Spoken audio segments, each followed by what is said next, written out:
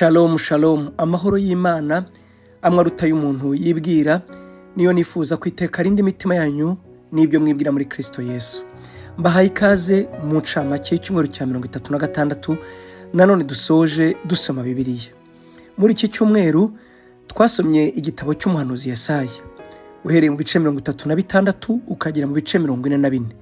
Tubifatanya n'igitabo cya kabiri cy'ingoma ibice 29 ukagera mu bice 32. Nanone twanasomye no mu gitabo cya kabiri cy'abami ibice 20. Tubifatanya na Zaburi ya 67 na 68. Mu butumwa bwiza twari dusoma urwandiko Paulo yandikiye abakorino ba mbere, uhereye ku gice cya 8 ukageza ku gice cya 12. Reka rero mbahe ikaze turebere hamwe ubutumwa bw'ingenzi buri muri ibi bitabo twasomye. Uyu munsi ndibaza ko incamakiza kuba ngufi cyane ko ibyo twasomye mu gitabo cya kabiri cy'ingoma n'igitabo cya kabiri cy'abami ndetse na Yesaya byinshi bivuga ku muntu umwe, ariwe mwami Hezekiya, umwami utazibagirana, umwami wabaye umwami wa kabiri mu bami bose bategetse Ubuyuda, wubashye Imana kuruta abandi. Nyuma y'umwami Yosiya, umwami Hezekiya niwe wabaye umwami wanditse amateka mu bami babayeho bagakora ibinezeza umutima w'Imana. Reka rero turebere hamwe ibyakozwe nawe, ndetse tuzanareba na zimwe muri Zaburi ubwe yanditse ashimira Imana, dore ko muri Yesaya hari amagambo ubwe yivugiye ashimira Imana nyuma yo kumukiza ikamwongera imyaka 15. Nyuma rero y'aka karuhuko ikaze mu ncamake.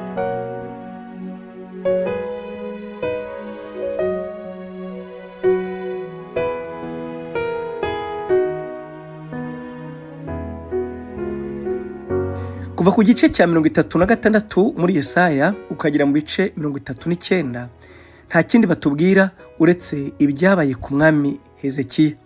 Nanone kandi kuva mu bice 29 mu gitabo cya kabiri cy'ingoma ukagera mu bice 32, aha naho nta kindi batubwira uretse ibyabaye ku mwami Hezekiya. No mu gitabo cya kabiri cy'abami uhereye mu bice 18 ukagera mu bice 21 baba bagaruka ku byabaye ku ngoma y'umwami Hezekiya. Kubw'ibyo rero reka ngerageze kuvuga mu ncamake ibyaranze ingoma y'umwami Hezekiya. Mbibutse ko se yitwaga Ahazi, akaba ari umwami wa gatatu mu bami bakoze ibizira, mu bami bategetse igihugu cy'Ubuyuda, ni ukuvuga abategetse ingoma ya Dawidi. Uyu mwami nk'uko twabivuze mu nyigisho zabanje, yakinze urusengero rw'i Yerusalemu, maze igicaniro batambiragaho ibitambo agisimbuza ikindi gicaniro yakuye muri Siriya. Ku misozi ahimika ibigirwamana, yongera azamura inkingi ya Ashera ndetse yimika na Bali. Uyu mwami yashinze igiti kitazibagirana cyitwaga Nehushitani. Iki giti ni cya kindi Abisirayeli bakuye mu gihugu cya Egiputa bamanitseho inzoka ubwo bari mu butayu, Imana ikabateza inzoka zikabarya, maze Imana igategeka Mose ko amanika inzoka mu butayu icuzwe mu muringa isa n'izo ngizo zabaryaga, maze uyirebye wese agakira. Abisirayeli rero barayitwaye kugira ngo bajye bayigira urwibutso. Ibi rero umwami Hezekiya yayikuye mu bubiko yongera arayimanika, bituma Abisirayeli bongera kuyiramya bayigira ikigirwamana. Ngibyo muri make ibyo umwami Hezekiya yakoze. Icyo nta kwibagirwa nanone nuko yafashe abana be yibyariye akabanyuza mu muriro, bamwe muri bo akabatambaho ibitambo by'ibigirwamana. Ni umwami wakoze ibizira. Umwana we Hezekiya rero nawe nubwo yanyujijwe mu muriro, ariko ntiyigeze na rimwe akurikiza ingezo za se, ahubwo we yahindukiriye Uwiteka n'umutima we wose. Bibiliya itubwira ko ikintu cya mbere yakoze yabanje gufungura urusengero se yari yarafunze. Mu gitabo cya kabiri cy'ingoma ibice 29 umurongo wa 3 uragira uti, mu mwaka wa mbere wo ku ngoma ye mu kwezi kwa mbere akingura inzugi z'inzu y'Uwiteka arazisana. Mu gihe se yari yarabujije abantu kwinjira mu rusengero, we yongeye gukingura amarembo ngo abantu bongere gusenga Imana. Icya kabiri ngo yafashe abatambyi bari barayobejwe nabo baraguye. Mwibuke ko ubwo se yirukanaga urutambiro i Yerusalemu, yabwiye wari umutambyi mukuru Uriya muri icyo gihe ngo nabaze urutambiro yari amwoherereje igishushanyo cyarwo kugira ngo rusimbuze urutambiro rw'Uwiteka. Abatambyi kubwo gutinya umwami no gutinya gupfa nabo bari baraguye. Hezekiya rero yarabafashe abasubiza mu murimo wabo, ariko ntiyabikora huti huti, ngo arabanza abanyuza mu murimo wo kwezwa nk'uko amategeko ya Mose yabivugaga. Nyuma yaho abategeka gusukura urusengero. Byabafashe iminsi 8 kugira ngo koko urusengero rw'Uwiteka rube ari urusengero rusukuye. Nuko arangije asubizaho kongera kwizihiza Pasika. Pasika yari imaze imyaka myinshi itizihizwa mu Isiraheli, kubera ko abami bakurikiye Salomo abenshi bagiye bagwa bagahindukira ibigirwamana, bageze ubwo bibagirwa imihango y'Uwiteka. No ku mwami rero Hezekiya, ubwo yimaga ingoma ye, nawe ntabwo yizihije Pasika mu kwezi kwa mbere kwitwaga Abibu. Mbibutse ko mu gihe Imana yakuraga Abisirayeli mu gihugu cya Egiputa hari mu kwezi kwa 4, ariko Imana iravuga ngo uku nkugize ukwezi mu yandi mezi. Ukwezi kwabo kwitwa Aviv mu Giheburayo cyangwa Abibu, kuko be ihinduka ve, bo bakugize ukwezi kwa mbere. Ni ukuvuga bizihije Pasika mu kwezi kwa 5, ariko amategeko ya Mose yarabibemereraga, kuko yavugaga ngo nimuramuka mwizihije Pasika, umwe muri mwebwe ntabashe kuyizihiza kuko azaba ari mu rugendo cyangwa yagize indi mpamvu, mu kwezi gukurikiraho azizihize Pasika. Niko byagenze rero, Hezekiya yizihije Pasika mu kwezi kwa 2 gukurikira Aviv, maze banezererwa Uwiteka. Icya kane yakoze, kubera ko ubwami bwa Isiraheli bwari bwarasenyutse, yatumye intumwa mu gihugu cya Isiraheli cyari cyarasenywe n'umwami Shalimaneseri, afata Abisirayeli bajyanaho iminyago, maze afata abandi bantu bari batuye mu bwami bwe abatuza mu Isiraheli. Umwami Hezekiya rero yatumye intumwa kujya kurarika Abisirayeli ngo nabo baze bizihize Pasika i Yerusalemu. Hari hamaze imyaka myinshi bidakorwa. Bakimara kugera i Yerusalemu no kwizihiza Pasika, basubiye iwabo, ngo bazamukana umujinya mwinshi wo kurakarira ibigirwamana, ngo bituma batemagura inkingi yose ya Ashera ndetse na Bali. Nabo yabateye ububyutse. Hezekiya yazanye ububyutse bukomeye mu gihugu cya Isiraheli. Si icyo gusa, yongeye kandi asubizaho amategeko atunganya iby'idini. Niko mu bice 31 hatubwira, yongeye gutunganya iby'idini abishyira ku murongo. Atuma intumwa hirya no hino ngo nimugende mwigishe ubwoko bw'Imana uburyo bakwiye kubaha amategeko yabo. Icyanyuma yakoze aricyo cya 5, amaze kugarukira Uwiteka, maze ngo agandira umwami wa Ashuri witwaga Senakeribu. Uyu Senakeribu yari yarasimbuye se Shalimaneseri. Senakeribu yari umwami ukomeye, ngo kuko Uwiteka yari yaramugabije ibihugu byose byo mu burasirazuba bwo hagati. Icyo gihe yasaga nkaho yategekaga isi yose yari izwi, isi yari ikomeye. Yigaruriye ibihugu byose byo mu burasirazuba bwo hagati, ndetse agera no muri Afurika, ahangaha hirya muri Etiyopiya. Uyu Senakeribu rero yishyira hejuru ahantu hose yageraga. Nyuma yo kunesha ingabo, yasenyaga n'ibigirwamana byaho. Nk'uko twabivuze mu nyigisho zabanje, ise Ahazi, kubera ko yari yaratewe n'umwami wa Siriya witwaga Resini, afatanije na Peka wari umwami wa Isiraheli, bakaza kwica ingabo ze 120,000. Yafashe ubutunzi bwose bwari mu nzu y'Uwiteka, abushyira umwami wa Ashuri kugira ngo amurwanirire. Bityo bagirana amasezerano. Ariko umuhungu we amaze kwima ingoma, amaze kumenya ko umutima ugarukiye Uwiteka, amaze gutunganya byose, maze arigomeka, yanga gukomeza guhereza amaturo umwami wa Ashuri. Nawe rero agambirira kumutera. Bibiliya ikatubwira ngo yikomeje ku Uwiteka. Ntabwo ibyo yabikoze yiringiye imbaraga cyangwa ikindi icyo ari cyo cyose, ahubwo umutima we wikomeje ku Uwiteka. Mu bice 37 mu gitabo cya Yesaya, yatumye kuri Yesaya amubwira amagambo akomeye, ni nko kumutabaza ati, nyabuna takambira Imana yawe, nanjye ndayiringiye, nubwo nigometse ku mwami wa Ashuri, ariko simfite imbaraga zihangana nawe. Uyu mwami arakomeye, ntabwo nabasha kumurwanya ngo muneshe, ariko ntakambira ku Mana yawe. Gusenga rero kwa Hezekiya ni mu bice 37 mu gitabo cya Yesaya, ndetse no mu bami ba 2 ibice 19. Ibice 37 uhere ku murongo wa mbere haragira hati, umwami Hezekiya byumvise ashishimura imyambaro ye, yambara ibigunira, ahera ko yinjira mu nzu y'Uwiteka. Ibyo yari yumvise si ibindi, ni amakuru umwami wa Ashuri yari amaze kumutumaho, amubwira ngo amusuzuguranye n'Imana ye, amubwira ko imana zose zandi mahanga yagiye yigarurira zitabashije kubakiza. Ati rero n'Uwiteka wishingikirijeho nawe ntazabasha kugukiza, nzagutsindana n'Uwiteka Imana yawe. Iba byumvise Hezekiya, nuko ajya mu rusengero ashishimura imyambaro ye. Umurongo wa 2 uragira uti, maze yohereza Eliyakimu w'umunyarugo rwe na Shebuna w'umwanditsi n'abakuru bo mu batambyi bambaye ibigunira kwa Yesaya umuhanuzi mwene Amosi. Baramubwira bati, Hezekiya yadutumye ngo uyu munsi ni umunsi w'umubabaro n'ibihano no gushinyagurirwa, kuko abana benda kuvuka kandi nta mbaraga zo kubabyara. Iyi mvugo Hezekiya yakoresheje mu by'ukuri ni imvugo isa n'ijimije. Ni nko kumubwira ngo turi kubise, turababaye, tubabazwa nk'umugore wenda kubyara, kandi mu by'ukuri nitudatabarwa n'umwana ntazavuka. Icyo yavugaga yari yiringiye Uwiteka, yahangaga amaso kugira ngo igihugu cya Isirayeli cyongere kugarukira Imana. Ati rwose turasa n'abenda kugerayo, ariko umwana ari mu matako, ntidushobora kumubyara kuko nta mbaraga zo kumubyara. Umurongo wa 4 uragira uti, ahari Uwiteka Imana yawe yumvise amagambo ya Rabushake yose, shebuja w'umwami wa Ashuri, yamutumye gutuka Imana ihoraho. Ngira ngo Uwiteka Imana yawe izahana ayo magambo yumvise. Nuko rero terura amashengesho yawe usabira abantu basigaye. Nuko abagaragu b'umwami Hezekiya bajya kwa Yesaya. Nkunda umurongo wa 6 n'uwa 7. Umva uko Yesaya yamusubije. Maze Yesaya aramubwira ati, mubwire shobuja muti, Uwiteka avuze ati, ntutinya ayo magambo wumvise abagaragu b'umwami wa Ashuri bantutse. Nzamushyira mu ndi mutima. Ubwo azumva impuha azasubira mu gihugu cye, kandi nagerayo nzamwicisha inkota. Uyu murongo wa 7 uvuga ngo nzamushyira mu ndi mutima warantangaje. Reka mbibutse ko Imana iteka ijya gukiza iha abantu umutima mushya. Tuzabireba ubwo tuzaba tugeze mu gitabo cy'umuhanuzi Ezekiyeli ibice 36.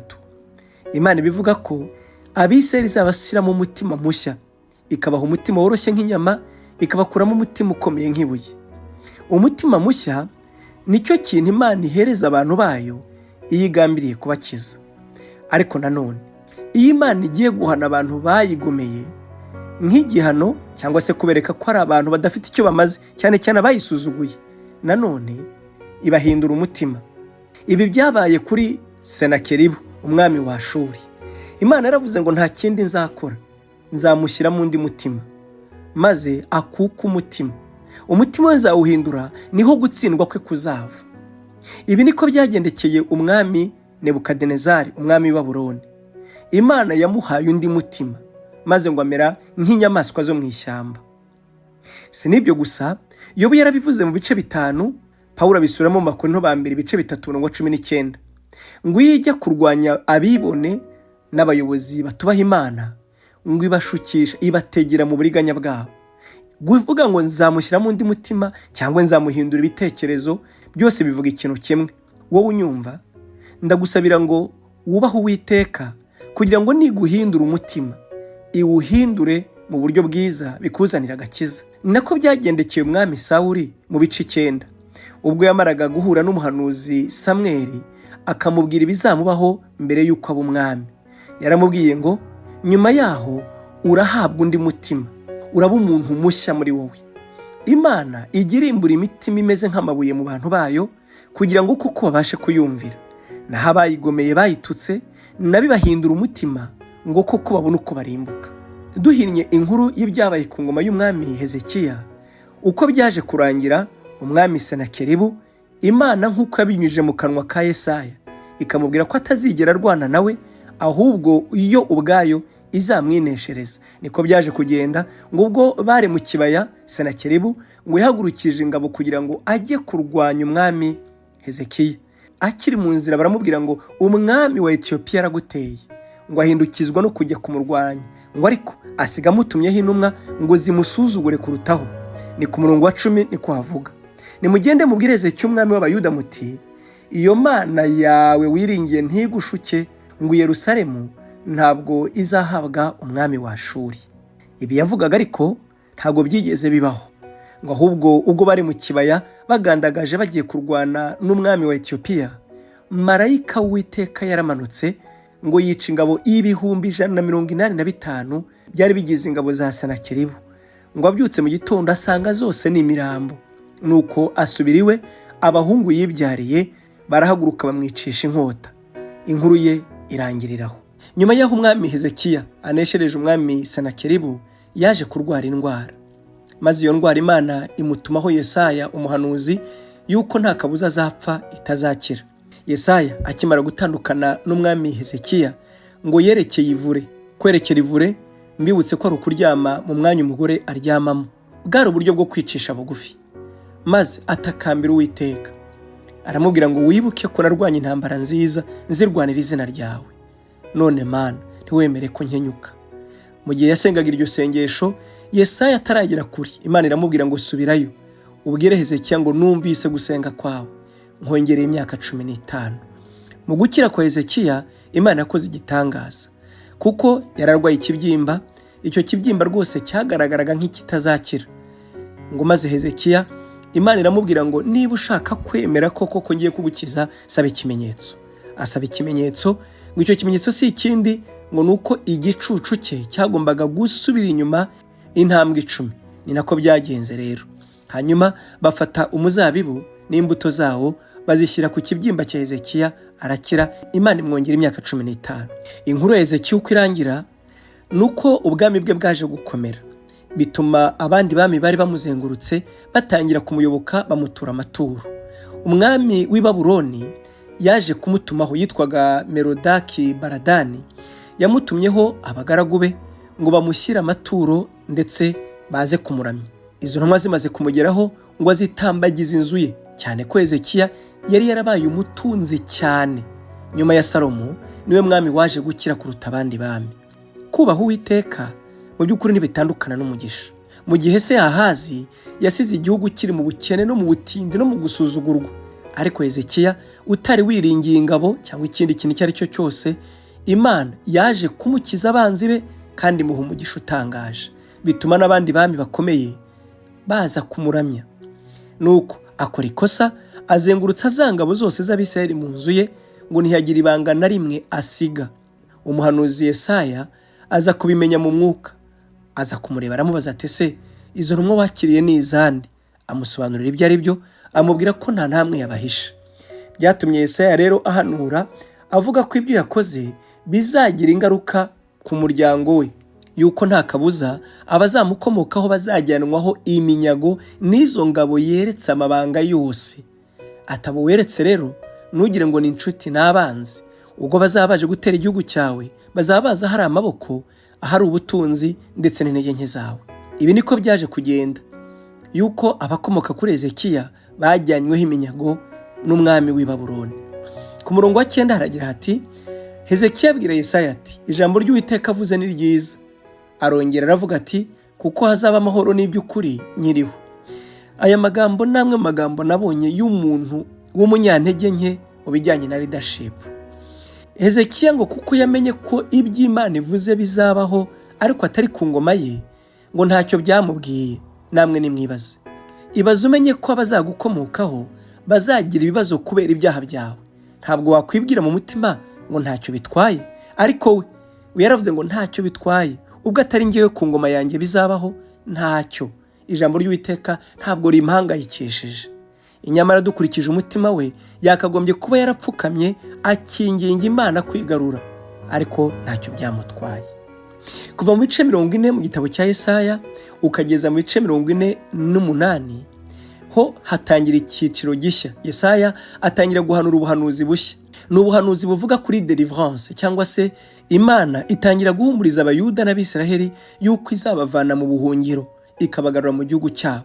Amagambo rero menshi cyane yanditse mu gitabo cya Yesaya aha tugiye gusoma, abakristo bato barayakunda kuko harimo amasezerano meza cyane pe. Kubw'ibyo bikundira kuyasoma. Si bibi, ariko bibi cyago bikaba bibi kuruta iyo utayamenyeye muri context ngo uyamenyere koko Imana bivuze ryari, yabwiraga abandi, yabivuze kubera iki. Ntabwo ari byo rwose kuhaguruka ngo nusoma amagambo yiyitirire wowe. Ndaza kubaha ingero zimwe na zimwe. Ku murongo wa mbere mu bice 40 Imana iravuga iti, nimuhumurize abantu banjye, mubahumurize, niko Imana yanyivuga. Muvuge ibyururutse imitima y'Ab'i Yerusalemu, mukomere muhabwire ko intambara zaho zishize, kandi yuko gukiranirwa kwaho hakubabariwe, n'ibyaha byaho byose ko habihaniwe kabiri n'Uwiteka. Aya magambo nk'uko nabivuze, Yesaya Imana itangira kumubwira yuko izazanira agakiza i Yerusalemu kandi ikabakura mu buhungiro bazajyanwamo i Babuloni. Ku murongo wa 12, mbere y'uko Yesaya avuga iby'Imana izakora n'uburyo izabarokora, yabanje kumubwira uburyo ari Imana ikomeye. Amagambo yanditse uhereye ku murongo wa 12 ukagera ku murongo wa 31 ni amagambo akomeye arimo ubuhanga na siyanse. Imana ivuga ibyo ishoboye byo nk'Imana, ibivuga uburyo yaremye, ikerekana relation cyangwa se rapport hagati yayo n'ibyo yaremye. Murongo wa 12 ugira uti, ninde wigeze kugera amazi y'inyanja ku rushyi, akageresha ijuru intambwe z'intoki, akabona indego yajyamo umukungugu wo ku isi, agashyira imisozi mu gipimo n'udusozi akatugera mu minzani? Ninde wigeze kugenzura umwuka w'Uwiteka akamuhugura nk'umugira inama? Ninde yigeze kugisha inama kandi ninde wigeze kumwigisha akamwereka uburyo bwo guca imanza zitabera, akamwigisha ubwenge, akamuha uburyo bwo kwitegereza? Dore amahanga ameze nk'igitonyanga kiri mu kibindi, agereranywa n'umukungugu ufashe ku minzani. Dore aterura ibirwa nk'uterura akantu gato cyane. Reka ndekeraho. Aya magambo Yesaya yavugaga mbere y'uko ababwira ibyo Uwiteka azabakorera, yabanje kubabwira Uwiteka uwo ari we, kubibutsa ko ari we waremye ibintu byose. Namwe nimutekereza, kera Abisirayeli bagiraga ibibindi binini byari bimeze nk'intango, binini cyane, bakoreshaga mu buryo bwo kwihumanura kandi bakabishyiramo amazi menshi, byajyagamo amaritiro menshi. Imana yabuze uko ibagereranyiriza amahanga yose, ni ukuvuga ubutaka bugize iyi si, iravuga ngo bumeze nk'igitonyanga gitonyanze muri icyo kibindi. Cyari ikigereranyo. Iravuga ngo amahanga ameze gusa, uyagereranije n'ibyo naremye, ngo ameze nk'agakungugu gafashe ku minzani. Mbibutse yuko iyo urebye ibyaremwe, ni ukuvuga inyenyeri, galaxy, imibumbe, abahanga bavuga ko ubigereranije, ubirebye, ngo zaba zimeze nk'agakungugu kari mu kirere cy'u Rwanda. Ndafata urugero ku bantu batuye mu Rwanda, ubuhanga bugereranya bureba ibyaremwe, ndavuga inyenyeri, izuba, ukwezi, isi, amasi ari mu kirere, uyagereranije nuko ameze mu kirere cyo bita univers, ngo bimeze nk'agakungugu gusa kaba kari mu kirere cy'u Rwanda kose. Namwe nimwibaza, ntabwo ushobora kubona isi ubwabyo ubigereranije. Isi ntabwo iboneka, ntifatika, iri insignifiant, nta kivuze ugereranije n'ingano yayo ukayigereranya n'isanzure. Iyo Mana rero niyo yaremye ibyo ariko Yesaya Imana yabimubwiriye kugira ngo ibone ko ikomeza abakomoka kuri Yakobo. Umurongo wa 27 rero niho atangira ibihumuriza bye. Ku murongo wa 27 akagira ati, yewe Yakobo, Israheli, niki gituma wiganyira ukavuga uti Uwiteka ntareba inzira zanjye kandi ibyanjye Imana yanjye irabyirengagiza? Mbese ntiwari wabimenya? Ese nturabyumva? Imana ihoraho, Uwiteka umuremyi w'impera z'isi, ntirambirwa, ntiruha, ubwenge bwayo ntiburondoreka. Niyo iha intege abarambiwe kandi utibashije imwongeramo imbaraga. Abasore b'imigenda bazacogora baruhe, n'abasore bazagwa rwose, ariko abategereza Uwiteka bazasubizwamo intege nshya. Bazatumbagira mu kirere, bagurukisha amababa nk'igisiga, baziruka be kunanirwa, bazagenda be gucogora. Imana yacu ishimwe. Yesaya arakomeza mu bice 41 aho avuga gukomera kw'Imana n'intege nke z'abantu. Imana ibivuga yigereranya ubwayo, ivuga ati, njyewe ndi Uwiteka, mwangereranya n'iki? Ndakomeye ku buryo ibyo ngambirira nta kabuza nzabisohoza. Umurongo wa 4 haragira hati, ninde wabikoze akabisohoza, agategeka ibihe uhereye mbere na mbere? Ni njyewe Uwiteka, uwa mbere n'uw'imperuka, ndiwe. Aya magambo ndiwe yakoreshejwe na Mose ubwo Imana amubwiye ngo genda ubambwire ngo nduwo ndiwe. Nanone Yesu abisubiramo muri Yohana 8 ubwo yabwiraga Abisiraheli batangiye kumurwanya no kutamwemera, aramubwira ngo ndiwe, Aburahamu atarabaho ndiho kandi ndiwe, ndi wa wundi wahozeho mbere na mbere. Uwo rero wivuga ko yahozeho akanivuga ko niwe wenyine wisangije kugenzura ibihe. Imana ni umuremyi w'ibihe, ni umutegetsi w'ibihe, ni umugenga w'ibihe, niwe ugena ibihe. Abantu bashobora kugena ibintu babigeneye mu bihe, ariko Imana yo ni umugenga w'ibihe. Imana yacu ishimwe cyane. Ku murongo rero wa 10 turabizi kubera ko Imana yari mikomeza Abisiraheli yabanzaga kubabwira gukomera kwayo yarangiza ikabahereza ijambo ikabaha isezerano. Ku murongo wa 10 iragira uti ntutinye kuko ndi kumwe nawe, ntukihebe kuko ndi Imana yawe, nzajya ngukomeza, ni koko nzajya ngutabara kandi nzajya nkuramiza ukuboko kw'iburyo ariko gukiranuka kwanjye. Dore abakurakariye bose bazakorwa n'isoni bamware, abagutonganya bazahinduka ubusa ndetse bazarimbuka. Abakugisha impaka uzabashaka ubabure, kandi abakurwanya bazahinduka ubusa babe nk'ibitariho. Kuko jyewe Uwiteka Imana yawe nzagufata ukuboko kw'iburyo nkubwire nti witinya ndagutabaye. Imana yacu ishimwe. Ibice 42 Yesaya noneho atangira guhanura icyo bita umugaragu w'Uwiteka. Nubwo rwose atabyibandaho cyane muri iki gice, ahubwo tuzabibona mu gice gikurikiyeho uhereye mu bice 50 ugakomeza, niho ubuhanuzi bwa Yesaya bwibanda ku mugaragu w'Uwiteka. Ariko nanone 42 aragaruka akavuga kuri uyu mugaragu w'Uwiteka. Ndibaza ko nta mayobera arimo, uyu mugaragu w'Uwiteka ni Yesu Kristo yavugaga. Igihe Yesaya yakomezaga ubuhanuzi bwe bwo gukomeza Abisiraheli ababwira iminsi myiza Imana izabazanira, yagezeho ababwira ko kubera Mesiya Imana izongera ikabubaka. Murongo wa 1 haranditse ngo dore umugaragu wanjye ndamiye, uwo natoranije umutima wanjye ukamwishimira, mushyizeho umwuka wanjye, azazanira abanyamahanga gukiranuka, azazanira abanyamahanga gukiranuka. Imana yacu ishimwe. Aya magambo ndizera ko mu by'ukuri aryoshye kandi namwe abasubizamo imbaraga. Ubundi ubuhanuzi bwose bwahanuriraga Abisiraheli, ariko noneho bigeze ku mugaragu w'Uwiteka. Imana ivuga n'ibyiza bizabaho yuko abanyamahanga bazahabwa gukiranuka kubera umugaragu w'Uwiteka. Kubera umwuka w'Imana uzaba uri kuri we, niwe uzazanira abanyamahanga gukiranuka. Ntazatongana, ntazasakuza, kandi ntazumvikanisha ijwi rye mu nzira. Urubingo rusadutse ntazaruvuna, kandi urumuri rucumba ntazaruzimya, ahubwo azazana gukiranuka by'ukuri. Aya magambo nsomye yanditse muri Matayo ibice 20 uhereye ku murongo wa 22. Matayo yayavuze nk'uku nguku ayagarura ngo yerekane ko Yesu Kristo ari we Yesaya yahanuraga. Ubisome uraza kubibona. Ntazacogora, ntazakuka umutima kugeza hazasohoreza gukiranuka mu isi, n'ibirwa bizategereza amategeko ye. Muribuka ko twaganiriye amategeko ya Yesu. Iyo Bibiliya ivuze amategeko ya Yesu, ubundi amategeko ye nabiri nk'uko tubisoma mu rwandiko rwa mbere rwa Yohana ibice 3 uhereye ku murongo wa 21. Amategeko ya Yesu naya, irya mbere n'ukwizera ndetse n'urukundo. Ubwo yaravuze ngo ndabaha itegeko rishya, nimukundane nk'uko nabakunze. Ariko mbere y'uko isi izagendera mu mategeko ye, azabanza yizanire gukiranuka. Ugukiranuka gabiye abanyamahanga. Uku gukiranuka kwazanywe n'umugaragu w'Uwiteka, murabizi ko kwitwa gukiranuka kw'Imana. Ni impano Imana igenera abizera umwana wayo. Umurongo wa 6 rero ukagira uti jyewe Uwiteka naguhamagariye gukiranuka, nzagufata ukuboko, nzakurinda nguhe kuba isezerano ry'abantu no kuba umucyo uvira abanyamahanga. Abantu benshi nagiye numva bavuga ko Imana yabahaye iri sezerano, no kuvuga yakoresheje abahanuzi bakaza bakababwira ijambo ko Uwiteka ari ry'ababwiye.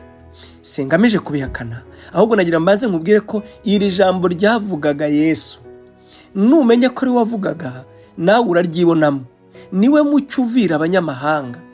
Ubutumwa bwiza bwanditswe na Yohana ibice 8 murongo wa 12 yaravuze ngo ninjye mucyo w'isi, unkurikira ntazagenda mu mwijima na hato. Abisubiramo mu butumwa bwiza bwanditswe na Yohana 12 uhereye ku murongo wa 36. Niwe sezerano ry'umucyo uvira amahanga yose. Yesu Kristo azasohoza gukiranuka. N'Imana yamuduhereye ngo gukiranuka kutumurikire. Sinicyo gusa, umurongo wa 7 no guhumura impumyi, ukabohora imbohe, ugakura ababa mu mwijima mu nzu y'imbohe. Aya magambo yombi aratandukanye. Mu Kinyarwanda bakoresheje ijambo imbohe kabiri. No guhumura impumyi, ukabohora imbohe, ugakura ababa mu mwijima mu nzu y'imbohe. Mu Gifaransa hari icyo bita les opprimés et les captifs. Les opprimés ni imbohe, ariko ni imbohe zitsikamiwe mu kinyarwanda, naho le captif ni abatwaweho umunyago. Reka ngerageze gusobanura aya magambo. Icyo Yesu yavugaga nk'uko tuzabibona muri Yesaya 61 avuga ngo umwuka w'Uwiteka ari kuri njye, yabigarutseho asubiramo aya magambo avuga uwo mwuka w'Uwiteka ko yamusize amavuta akamusigira gukora ibintu 7. Tuzabireba tugeze muri Yesaya 61. Ariko na hano aravuga ngo azahumura impumyi kandi azabohora imbohe, nanone azakura n'imbohe mu mwijima. Hari imbohe zitwa le captif, abantu bamaze kubingaruzwa muheto, abigaruriwe na Satani, azababohora abagarure abagira b'umudendezo. Ariko nanone n'abatsikamiwe, n'imbohe zitsikamiwe, navuga bari opprimé, abafunzwe, babohewe mu ndwara, babohewe mu bibazo kanaka, nabo yaje kubabohora, nicyo yasigiwe. Uyu mugaragu w'Uwiteka Imana ishimwe yuko yamuduhaye, twebwe ntitumo tumuvuga nk'uwahanuwe, ahubwo twaramuhawe. Imana ibishimirwe. Ibice 43 Imana bivuga ko izacungura Abisiraheli. Nanone hari amagambo dukunda cyane, ariko ayayo Imana yarayasohoje mu gihe runaka. 43 haravuga ngo ariko noneho Uwiteka wakuremye wowe Yakobo kandi akakubumba wowe Isiraheli, aravuga ati witinya kuko nagucunguye, naguhamagaye mu izina ryawe, uri uwanjye. Nunyura mu mazi nzaba ndi kumwe nawe, nuca no mu migezi ntizagutembana, nunyura no mu muriro ntuzashya, kandi ibirimi byawe ntibizagufata. Murabyibuka ko igihe kimwe Saduraka, Meshaki na Abedinego babajugunye mu muriro waka, maze Imana ikabarindiramo bakavamo ari bazima. Kandi nimwibagirwe ko Nebukadinezari yavuze ubwe ngo uwa kane we arasa n'umwana w'Imana. 42 ubuhanuzi turangije gusoma buvuga umugaragu w'Uwiteka. Kubera umugaragu w'Uwiteka rero na Isiraheli nayo izacungurwa, Imana izongera iyigarukire yongera ibacungure. Mu gitabo cy'Abaroma 11 twarahasobanuye yuko Pawulo amaze kuvuga agakiza kagenewe abanyamahanga, avuga ko Imana irindiriye umubare ushyitse w'abanyamahanga bagomba kwinjira mu isezerano rishya, maze agakiza kakagarukira Abisiraheli. Icyo rero Imana yavugaga mu kanwa ka Yesaya nuko n'Abisiraheli nabo bazacungurwa, no kuvuga bazizera Yesu, bamwemere nk'umwami n'umukiza. Bice 44 ari naho twasoreje.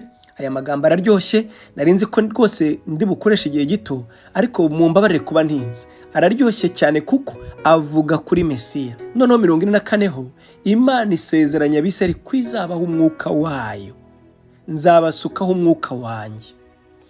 Umurongo wa 3 uragira uti uwishwe n'inyota nzamusukiraho amazi, nzatembesha imigezi ku butaka bwumye, urubyaro rwawe nzarusukaho umwuka wanjye, n'abana bawe nzabaha umugisha, bazamera nk'uko imikinga yo ku migezi imerera mu bwatsi.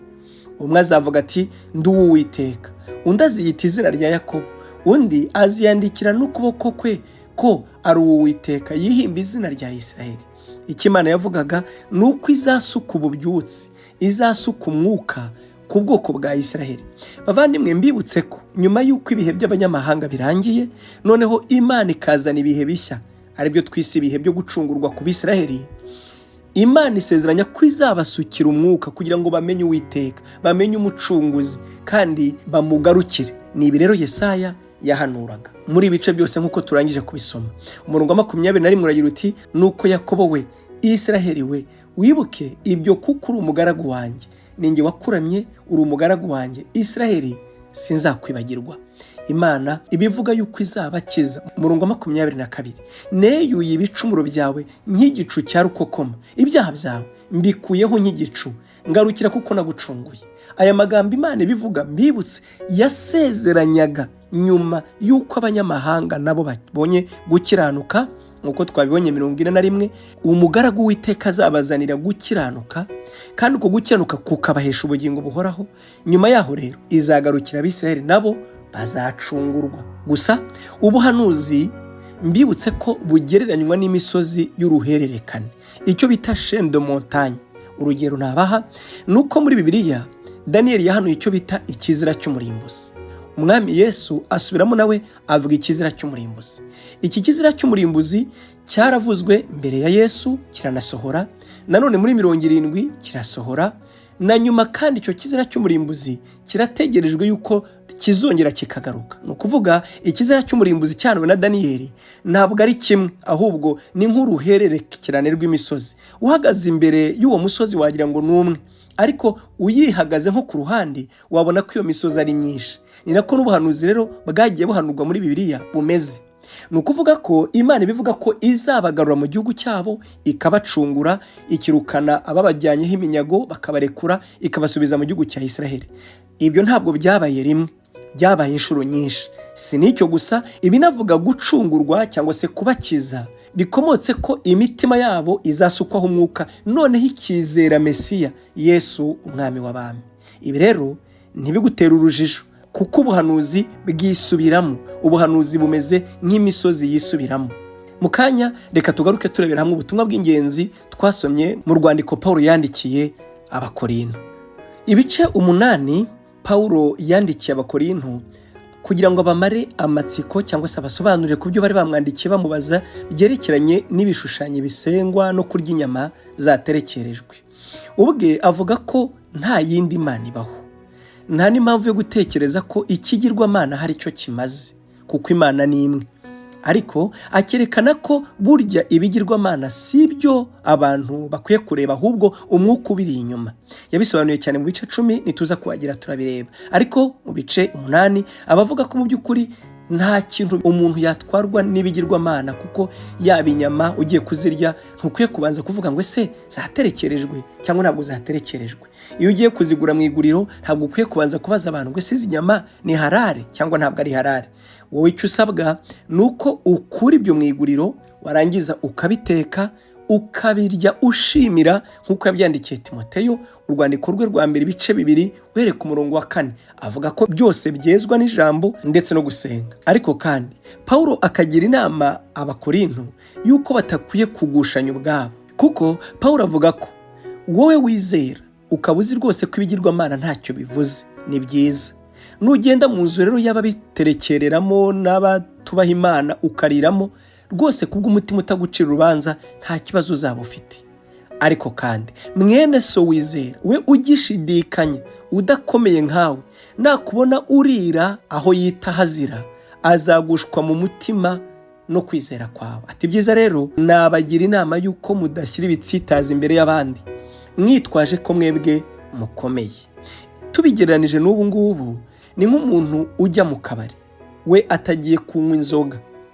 Nugerayo ukanywa fanta wicanye n'abasinzi, ntabwo wowe uzaba wanduye, kuko kwizera kwawe kuragukomeje. Ariko mwene so nakubona wagiye hameze hatyo, mu by'ukuri hagenewe abapagani, hagenewe abatizera, hakorerwa ibizira, azagushwa mu mutima no kukubona hadakwiriye. Si byiza rero ko kwizera kwawe kugusha mugenzi wawe. Ibice 9 naho dukwiye kuhitondera. Pawulo noneho abavuga icyo bita umudendezo w'abavuga butumwa. Ubwe aragira ati mbese sindi umudendezo, sindi intumwa, sinabonye umwami wacu Yesu, namwe ntimuri umurimo wanjye mu mwami. Ibi yabivugiye iki? Yarimo asobanurira Abakorinto ababwira ko abantu bavuga ubutumwa bwiza bakwiye gutungwa nabwo. Nongere mbisubiremo, nubwo isi yise abashumba n'abakozi b'Imana ko ari ingegera, ari abantu babereyeho kwiba abandi, ibi ni ubutware bw'ijambo ry'Imana. Ndetse Pawulo iyo abivuga abavuga ko ari itegeko yasigiwe n'umwami. Ibi ni itegeko ry'umwami. Umurongo wa 14 yaranditse ngo n'umwami wacu Yesu niko yategetse ko abavuga ubutumwa bwiza batungwa n'ubutumwa. Ageze mu Bagalatiya ibice 6 umurongo wa 6 n'uwa 7 yaravuze ngo ndabategetse. Muri Bibiliya ijambo ry'Imana akoresha integeko, ababagaburira iby'umwuka namwe musangire nabo ibyo mutunze by'umubiri. Bavandimwe, ni ubutware duhabwa n'ijambo ry'Imana. Nk'uko ntawe w'umusirikare ngo yitunge, nk'uko ntawe w'umutegetsi ngo areke guhabwa cyangwa se guhembwa amafaranga avuye mu bayobora, ni nako n'uvuga ubutumwa, n'ukora umurimo ku gicaniro, niko yawuvuze, n'ukora umurimo wo kugabura iby'Imana akwiye gutungwa n'uwo murimo. Ntabwo bikwiye gutera isoni abantu b'Imana ko bakwiye gutungwa n'umurimo wo kugabura iby'Imana. Nawe ubwe akavuga ko ubwo busonga cyangwa se ubwo butware yari abufite nk'intumwa ya Kristo Yesu. gusa ntiyigeze abukoresha ngo ahari bitabera ikigusha abanyamahanga batari bamenyereye amategeko ya Mose ngo bamwiteranye n'umuntu wari uje kubashakamo indamu. Ariko akavuga ko ubwo butware Petero yabukoresheje n'izindi ntumwa, ndetse n'izindi ntumwa zitari abo ngabo n'abandi bakozi b'Imana bafite ubwo butware bwo gutungwa n'ubutumwa babwiriza. Igice cya 10 mu Bakorinto navuga ko gikubiyemo ingingo ebyiri z'ingenzi. Ingingo ya mbere ni ukwihanangiriza Abakorinto ngo bigire ku Bisirayeli bababera kabarore kugira ngo nabo bitoze kubaha Imana. Murongo wa mbere uragira uti, bene data, sinshaka ko mutamenya yuko basogokuruza bose bari munsi ya cya gicu, kandi yuko bose baciye mu nyanja yigabanyije, bose bakabatirizwa muri icyo gicu no muri iyo nyanja gutegekwa na Mose. Bose bagasangira bya byo kurya by'umwuka na bya byo kunywa by'umwuka, kuko banywaga ku gitare cy'umwuka cyabakurikiraga, kandi icyo gitare cyari Kristo. Ariko abenshi muri bo Imana ntiyabashimye, nicyo cyatumye barimbukira mu butayu. Ariko ibyo byabereyeho kugira ngo bitubere akabarore ngo tutifuza ibibi nk'uko bo babyifuje. Nuko rero ntimugasenge ibishushanyo nk'uko bamwe muri bo babisengaga, nk'uko byanditswe ngo abantu bicajwe no kurya no kunywa bahagurutswa no kubyina. Kandi ntimugasambane nk'uko bamwe muri bo basambanaga, bigatuma hapfa abantu 2,000 n'ibihumbi 3 ku munsi umwe. Nanone nyuma yaho Paulo agaruka ku ngingo ivuga ku byerekeye gusenga ibishushanyo. Nk'uko nababwiye, we yemera kandi nanjye niko nemera yuko igishushanyo ntacyo kimaze, ni umurimo w'intoki y'abantu. Yesaya yabivuze cyane ati, yo mwikubita imbere y'ishusho muba mwayikoze mu giti ingigi imwe mukayicanisha, indi ngiga mukayipfukama imbere mumaze kuyikuramo ishusho kanaka. Ikigirwamana ntacyo kimaze pe. Ariko akavuga ko burya inyuma y'igishushanyo, nyuma y'ikigirwamana haba hari umwuka. Kubwe rero akavuga ati, niba turira ku meza y'umwami, ntidukwiye no kurira ku meza y'ibyaterekerejwe ibishushanyo bisengwa, kuko burya iyo tuririye ku meza y'ibishushanyo bisengwa tuba dusangiye n'abadayimoni, nk'uko niyo tuririye ku meza y'umwami, icyo bita Saint Seine cyangwa Holy Communion, burya nabwo tuba dusangiye amaraso n'umubiri by'umwami wacu Yesu. Kubw'ibyo rero ati, sinshaka ko musangira n'abadayimoni ngo munasangire n'umwami wacu. Igice cya 11 Paulo abagaruka kunyifata ikwiriye abantu mu gihe bari mu materaniro. Cyane cyane itorero ry'Abakorinto biboneka ko ryari ririmo akajagari kenshi, kuko ibi Paulo abigarukaho inshuro irenze imwe. Murabizi ko mu gice cya mbere n'igice cya 3 Paulo abavuga ukwirema ibice kwari mu Bakorinto. Igice cya 5 akerekana ibyaha by'indengakamere bitaba no mu bapagani byarangwaga mu itorero ryo mu Bakorinto. Igice cya 7 n'icya 8 akagaruka ku mibanire y'abari mu rugo, abakiri urubyiruko, abubatsi ngo uburyo bakwiye kwitwara, asa n'urwanya gusenya, divorce n'akajagari mu muryango. Noneho ageze ku gice cya 11 anabigarukaho mu bice 14 yerekana ko abantu bakwiye gukura akajagari mu rusengero. Bavandimwe, ntabwo dushobora kuvuga rumwe, nanjye sinabishobora kuko narabisanze kandi bizagumaho. Kuko utavuga rumwe ku bijyanye n'ibyo Paulo yavuze yandikira Abakorinto ko abagore bakwiye gucecekera mu materaniro, ndetse akanavuga ko yanga ko umugore yigisha umugabo. Ubusobanuro bumwe buvuga ko Paulo yavugaga ko adakunda ko umugore ategeka a husband, umugabo we, yuko umugore wese akwiye kubaha umugabo we akaba ari we umwigisha. Atavugaga abagabo bose, ahubwo yavugaga umugore ku mugabo umwe. Kubw'ibyo bakavuga ko Paulo atigeze abuza abantu, abagore, gukorera Imana, kuko tubona ubwe akorana n'uwitwa Priscilla wari umugore wa Akwila. Aba bari mu bantu bafatanije nawe umurimo. Yewe mu bantu barabadiyakoni mu matorero atandukanye harimo abagore. Abandi nabo bakavuga bati, oya, ntabwo umugore akwiye kuba umushumba.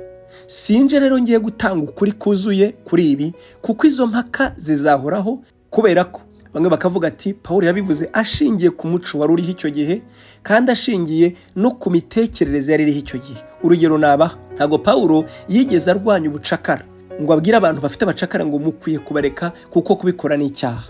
Inyamara uyu munsi iyo aza kubaho yari kurwanya ubucakara, ndetse bamwe babiheraho bakabimushinja bamugaye bavuga ko atigeze ashyira ijwi hejuru ngo arwanye ubucakara.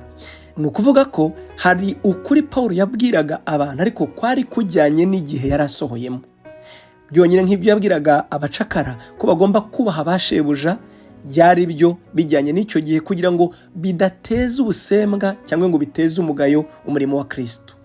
Ariko nibaza ko yaza kuba muri iki gihe atari kubura kurwanya izo ngeso, ndetse n'abafite abacakara nabo akababwira kutabakoresha nabi, abakoresha by'agahato.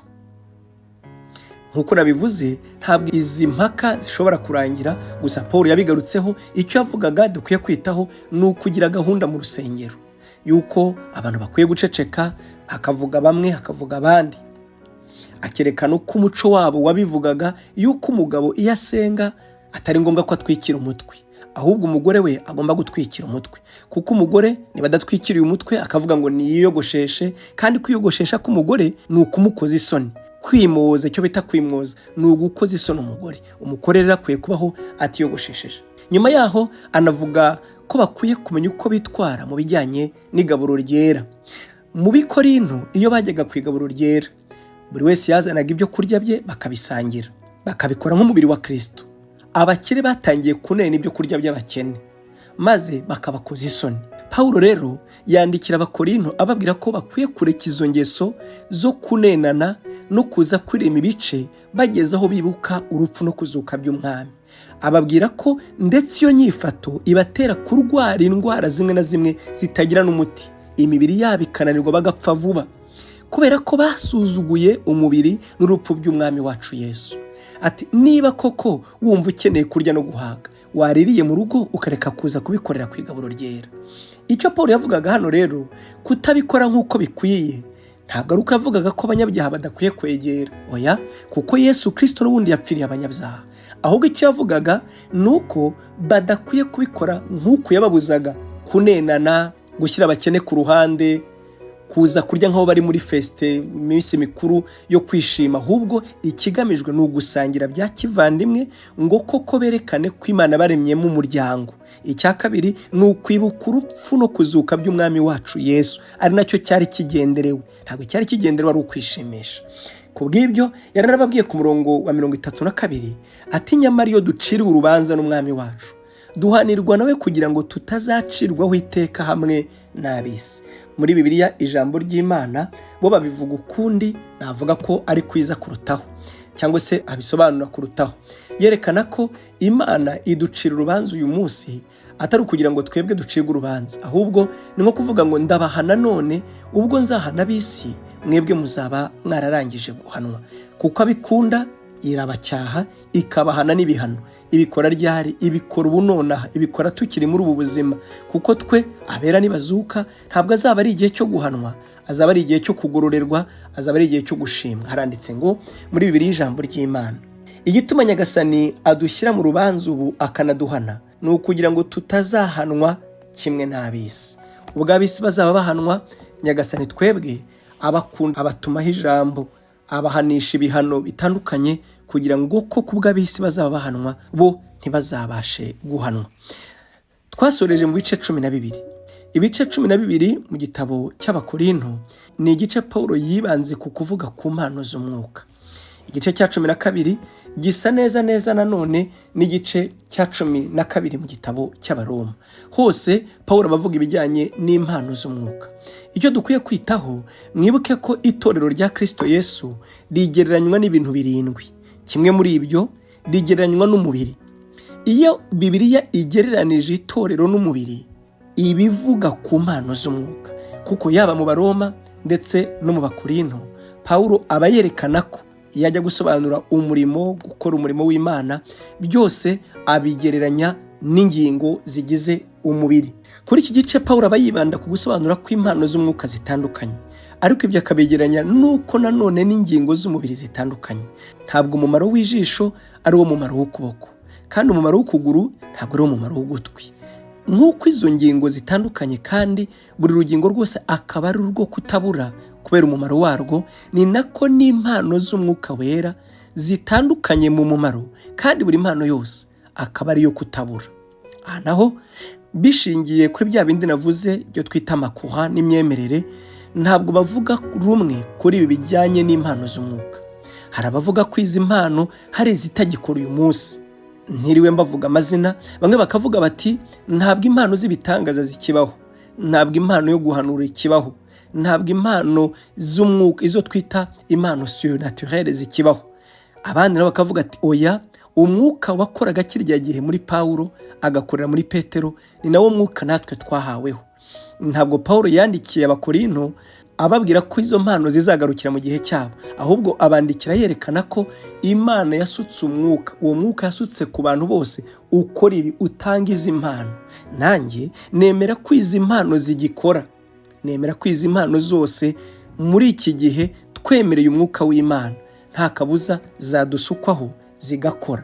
Pawulo agasoza yerekana ko nta mpano n'imwe ikwiye kwirengagizwa ngo ipfundikirwa, ahubwo zose zikwiye gushakwa kuko nizo kutabura. Gusa umurongo wa 31 agasoza avuga ko nubwo impano ari nziza, izi mpano zose, ariko atwereka Imana irusha izindi kuba ingenzi. Ndabereka ibirusha ibindi byose kuba ingenzi kandi buri wese yahabwa. Umurongo wa 31 aragira ati ariko nimwifuze cyane impano ziruta izindi, nyamara dore ndabereka inzira irushaho kuba nziza, ndabereka impano irushaho kuba nziza. Niho tuzatangira rero mu bice 13. Reka dusoreza aha. Imana ibahe umugisha. Ndagushimiye Mana nyir'ijuru n'isi, ngushimiye cyane cyane umugaragu wawe, umugaragu w'Uwiteka. Warakoze kutwoherereza Yesu akaza ari umugaragu w'Uwiteka.